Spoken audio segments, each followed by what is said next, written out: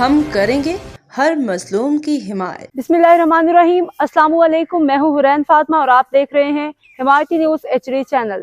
نظر ڈالتے ہیں آج کی اہم خبروں پر۔ Himayati news city reporter comrade Nawaz Ali Himayati city Karachi Daro press club کی نئی باڈی تشکیل، اعجاز اختر میمن صدر اور سچل سومرو جنرل سیکرٹری منتخب۔ حمایتی نیوز کی جانب سے کامریڈ نواز علی حمایتی کی طرف سے تمام نومنتخب عہدیداران کو دل کی گہرائیوں سے مبارکباد پیش کی جاتی ہے، جبکہ بزرگوں سمیت تمام معزز شخصیات کو بھی دلی مبارکباد دی جاتی ہے۔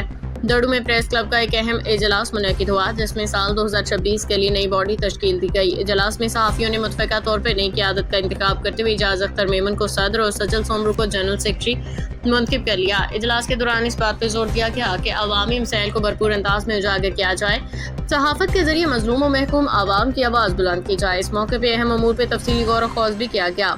اتفاق کی رائے سے ماما منتار دائیو کو سرپرست اعلیٰ، اعجاز اختر میمن کو صدر، امداد میمن کو سینئر نائب صدر، وفا چندن لاشاری GM مگسی اور ممتاز مولائی سودو کو نائب صدور منتخب کیا گیا۔ اسی طرح Sachal Soomro general secretary, Abdul Khaliq Soomro deputy general secretary, Javed Memon finance secretary, Syed Azhar Shah information secretary, Shahi Soomro office secretary مقرر ہوئے۔ ایگزیکٹو کمیٹی کے لیے امتیاز آکاش میمن، رفیق سومرو، علی شیر بکک اور وفا مشتاق لاشاری کو منتخب کیا گیا۔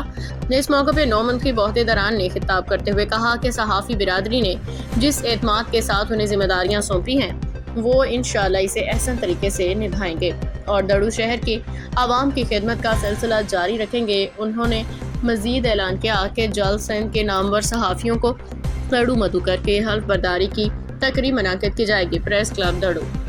اب تک کے لیے اتنا ہی۔ مزید خبروں اور اپڈیٹ سے باخبر رہنے کے لیے دیکھتے رہیں حمایتی نیوز HD چینل۔